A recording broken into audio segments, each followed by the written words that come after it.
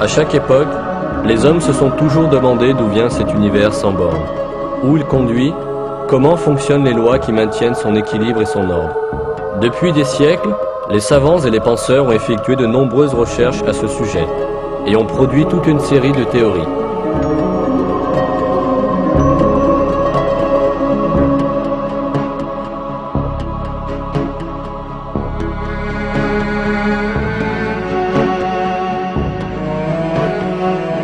L'idée dominante au XIXe siècle était que l'univers était un ensemble de matière de taille infinie, qui existait depuis l'éternité et qui continuerait toujours à exister.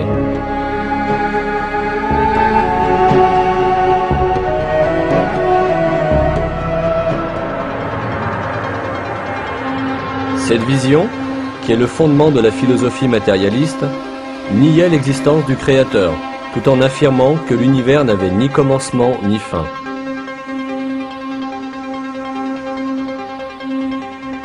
Le matérialisme est un système de pensée qui considère la matière comme le seul être absolu, et pour lequel rien d'autre n'existe que la matière. Ce système de pensée, qui a son origine dans l'Antiquité grecque et qui s'est de plus en plus répandu au XIXe siècle, est devenu célèbre sous la forme du matérialisme dialectique de Karl Marx. Les matérialistes considéraient le modèle de l'univers infini comme le principal appui de leurs philosophies athées.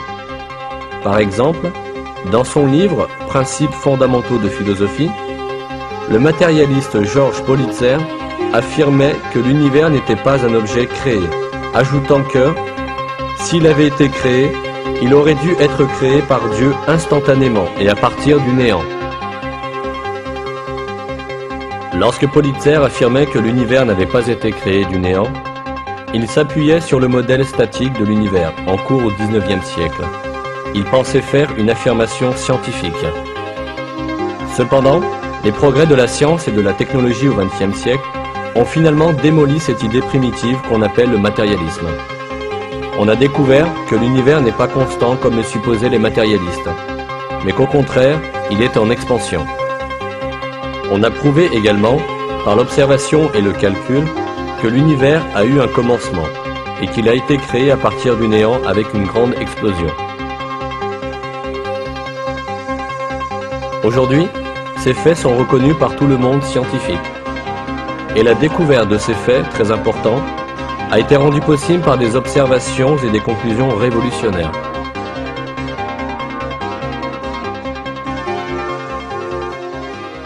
En 1929, à l'observatoire de Mount Wilson en Californie, un astronome américain appelé Edwin Hubble a fait une des plus grandes découvertes de l'histoire de l'astronomie.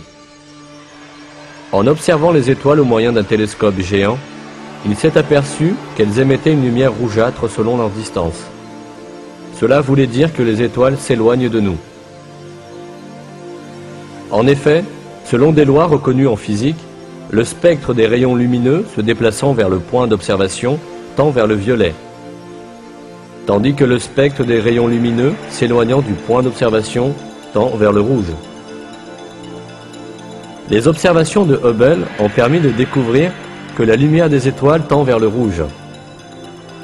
Cela voulait dire qu'elles s'éloignent constamment de nous.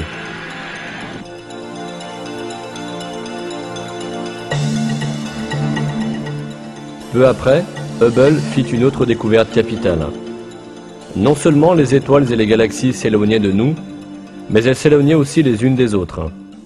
Puisque tous les éléments de l'univers s'éloignaient les uns des autres, la seule conclusion possible était que l'univers est en expansion constante.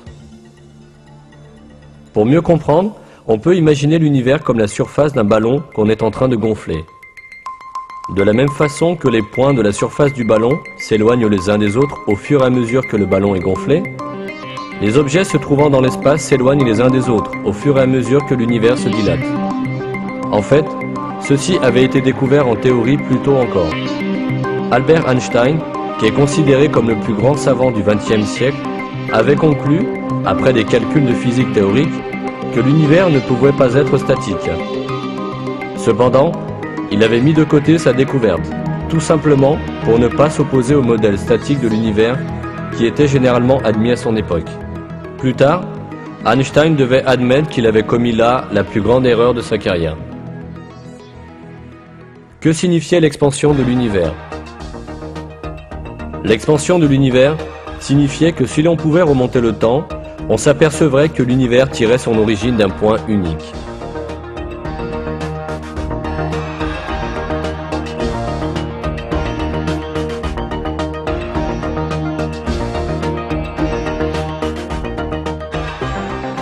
Les calculs montrèrent que ce point unique qui renfermait toute la matière de l'univers devait avoir un volume zéro et une densité infinie. L'univers avait été suscité par l'explosion de ce point unique de volume zéro. Cette grande explosion, qui marquait le commencement de l'univers, fut appelée le Big Bang, et la théorie prit également ce nom.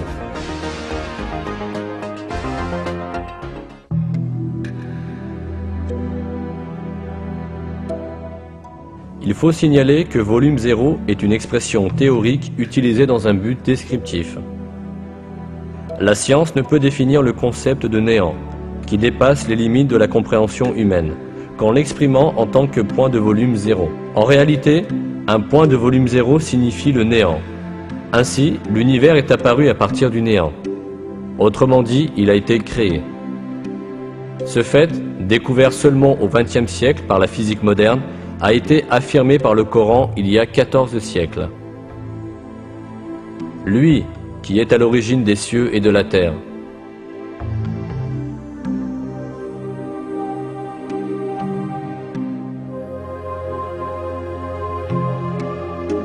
La théorie du Big Bang montrait qu'au commencement, tous les objets de l'univers formaient un seul élément, puis qu'ils ont été séparés.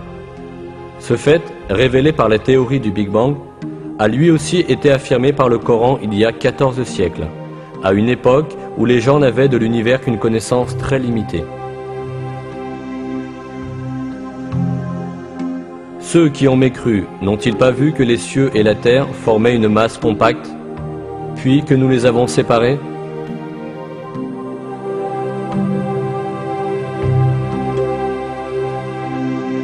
Cela voulait dire que toute la matière avait été créée dans une grande explosion à partir d'un point unique, et avait pris la forme de l'univers actuel en étant séparée.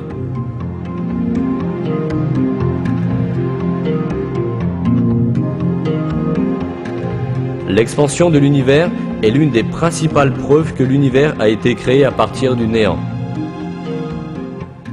Ce fait n'a été découvert par la science qu'au XXe siècle, mais Allah nous a informés de cette réalité dans le Coran, révélé il y a 1400 ans. Le ciel, nous l'avons construit par notre puissance, et nous l'élargissons constamment.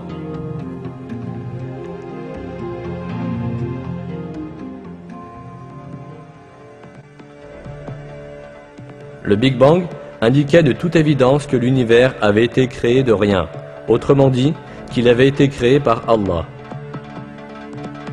Pour cette raison, les astronomes attachés à la philosophie matérialiste ont continué à refuser le Big Bang et à affirmer l'idée de l'univers infini. La raison de cet effort apparaît dans les paroles d'Arthur Eddington, célèbre physicien matérialiste, qui a dit « Philosophiquement, la notion d'un commencement abrupt de l'ordre actuel de la nature me répugne. » Un autre matérialiste, l'illustre astronome anglais Sir Fred Hoyle, a été particulièrement dérangé par la théorie du Big Bang. Au milieu du XXe siècle, Hoyle s'est fait le partisan d'une théorie appelée l'état stationnaire, semblable à la notion d'univers constant du XIXe siècle. La théorie de l'état stationnaire avançait que l'univers était à la fois de taille infinie et de durée éternelle. N'ayant pas d'autre but apparent que de soutenir la philosophie matérialiste, cette théorie était à l'opposé de la théorie du Big Bang, qui affirmait que l'univers avait un commencement. Les défenseurs de la théorie de l'état stationnaire se sont longtemps opposés au Big Bang. Cependant, la science avançait contre eux.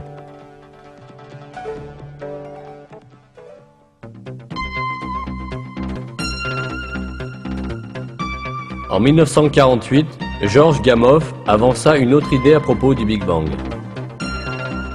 Il affirma qu'après la formation de l'univers dans une grande explosion, un surplus de rayonnement devrait exister dans l'univers, comme trace de cette explosion. De plus, ce rayonnement devrait être diffusé uniformément dans tout l'univers. La preuve qui devrait exister allait bientôt être découverte. En 1965, deux chercheurs nommés Arno Penzias et Robert Wilson découvrirent ces ondes par hasard. Ce rayonnement, appelé fond diffus cosmologique, ne semblait pas émaner d'une source particulière, mais était plutôt diffus dans l'espace tout entier. On comprit ainsi que ce rayonnement était resté des étapes initiales du Big Bang. Penzias et Wilson reçurent le prix Nobel pour leur découverte. En 1989, la NASA lança dans l'espace le satellite COBE pour effectuer des recherches sur le fond diffus cosmologique.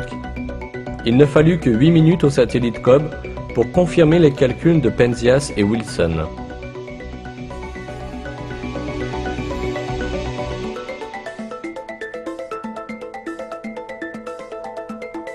Le COBE avait découvert les traces de la grande explosion qui avait eu lieu à l'origine de l'univers. Définie comme la plus grande découverte astronomique de tous les temps, cette découverte apportait la preuve explicite de la théorie du Big Bang.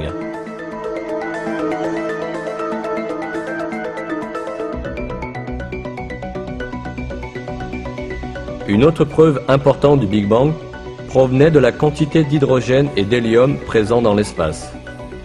Au cours des recherches, on se rendit compte que la concentration hydrogène-hélium présente dans l'univers était conforme au calcul théorique de la concentration hydrogène-hélium restant à l'issue du Big Bang.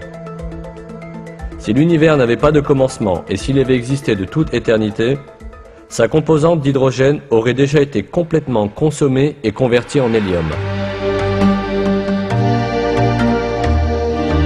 Toutes ces preuves flagrantes conduisirent la communauté scientifique à reconnaître la théorie du Big Bang. Le modèle du Big Bang était le dernier mot atteint par la science à propos de l'origine de l'univers. Après avoir défendu pendant des années la théorie de l'état stationnaire aux côtés de Fred Hoyle, Denis Sciama a décrit la position finale à laquelle ils étaient arrivés après la révélation de toutes les preuves en faveur de la théorie du Big Bang. Sciama déclara qu'il avait défendu la théorie de l'état stationnaire, non pas parce qu'il était convaincu qu'elle était vraie, mais parce qu'il aurait voulu qu'elle le soit. Sciama ajouta que lorsque les preuves s'accumulèrent, il fut obligé d'admettre que la partie était terminée, et qu'il fallait renoncer à la théorie de l'état stationnaire. Le professeur George Abel, de l'Université de Californie, reconnaît également la victoire finale du Big Bang, et déclare que les preuves disponibles actuellement montre que l'univers est apparu il y a des milliards d'années à la suite du Big Bang. Il admet qu'il n'a pas d'autre choix que de reconnaître la théorie du Big Bang.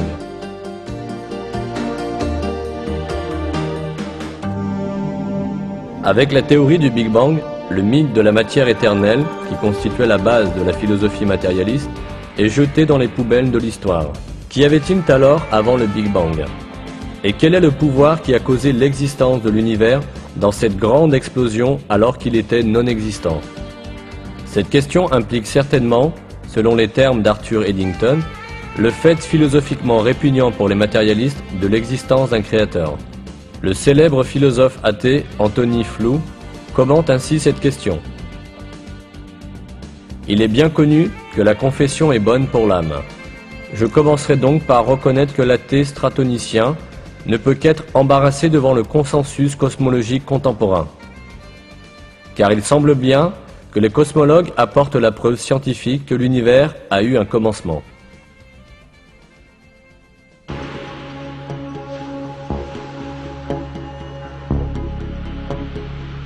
De nombreux scientifiques, qui ne se conditionnent pas aveuglément à être athées, ont reconnu le rôle d'un créateur tout-puissant dans la création de l'univers.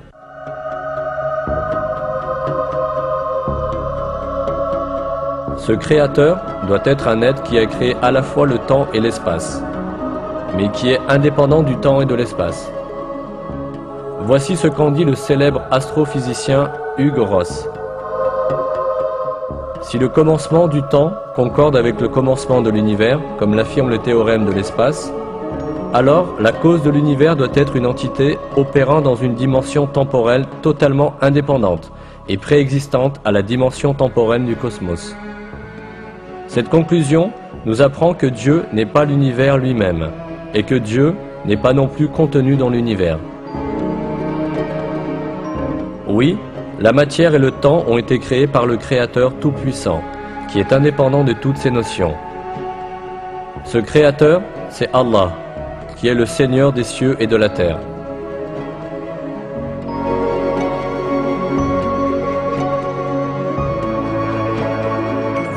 En réalité, le Big Bang a posé beaucoup plus de problèmes aux matérialistes que ne l'admettent les confessions du philosophe athée Anthony Flew.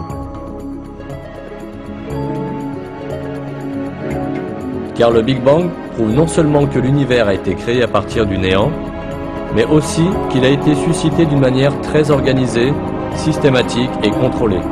Le Big Bang a eu lieu avec l'explosion du point qui contenait toute la matière et toute l'énergie de l'univers, puis sa dispersion dans l'espace dans toutes les directions à une vitesse terrifiante. Cette matière et cette énergie ont donné lieu à un vaste équilibre composé de galaxies, d'étoiles, du Soleil, de la Terre et de tous les autres corps célestes. De plus, des lois, appelées les lois de la physique, sont apparues, des lois qui sont uniformes dans tout l'univers et qui ne changent pas. Ces lois de la physique, qui sont apparues avec le Big Bang, n'ont pas changé du tout sur une période de 15 milliards d'années. Plus encore, ces lois sont fondées sur des calculs si précis que même une variation d'1 millimètre par rapport à leurs valeurs actuelles mènerait à la destruction de toute la structure et la configuration de l'univers. Tout cela indique que le Big Bang a donné lieu à un ordre parfait. Cependant, une explosion ne conduit pas normalement à l'ordre. Toutes les explosions que l'on peut observer tendent à briser, détruire et désintégrer tout ce qui est présent. Si nous voyons une explosion aboutir à un ordre très précis, nous pourrions alors conclure qu'il y avait une intervention intelligente derrière cette explosion, et que quelqu'un avait fait bouger tous les éléments dispersés par l'explosion d'une manière très contrôlée.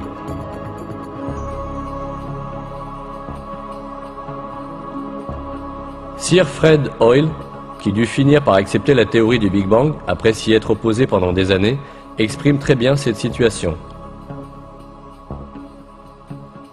La théorie du Big Bang affirme que l'univers a commencé avec une seule explosion. Pourtant, comme on peut le constater, une explosion ne fait qu'éparpiller la matière, tandis que le Big Bang a mystérieusement produit l'effet inverse, en assemblant la matière sous forme de galaxies. Si une explosion aboutissait à un grand ordre, on ne pourrait pas manquer de reconnaître l'intervention d'un créateur à chaque instant de cette explosion.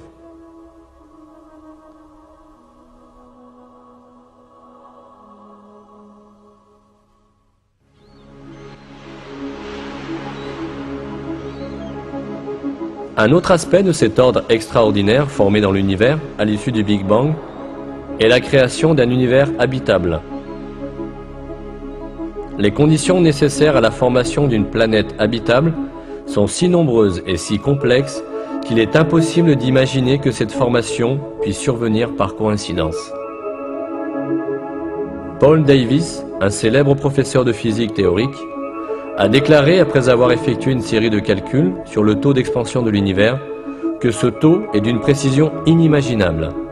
Davies dit « Une mesure attentive place le taux d'expansion très près d'une valeur critique à laquelle l'univers échappera tout juste à sa propre gravité et poursuivra son expansion indéfiniment. Un peu plus lentement et le cosmos s'écroulerait.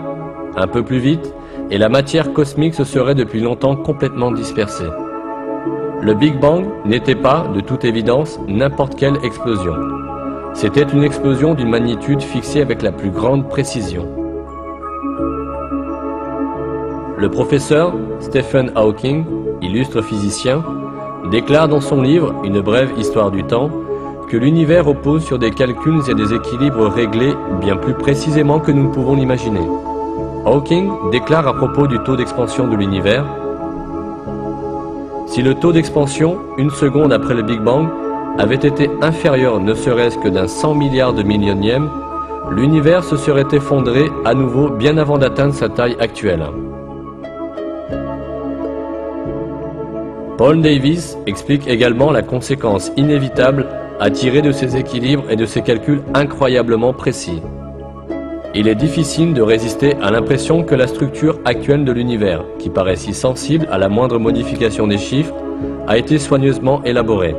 La conjugaison apparemment miraculeuse de ces valeurs numériques que la nature a assignées à ces constantes fondamentales demeure la preuve la plus éclatante d'une forme d'organisation cosmique.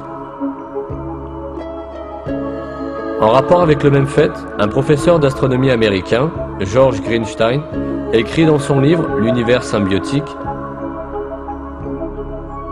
« Lorsque nous examinons toutes ces preuves, nous sommes assaillis par l'idée insistante que cela doit être la marque d'une volonté surnaturelle. »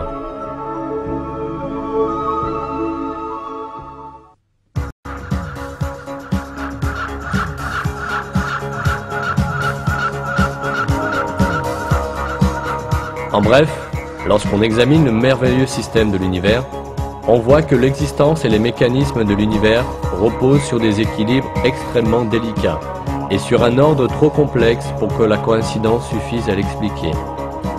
Bien évidemment, il est absolument impossible que cet équilibre et cet ordre parfait se soient formés tout seuls et par coïncidence, après une grande explosion.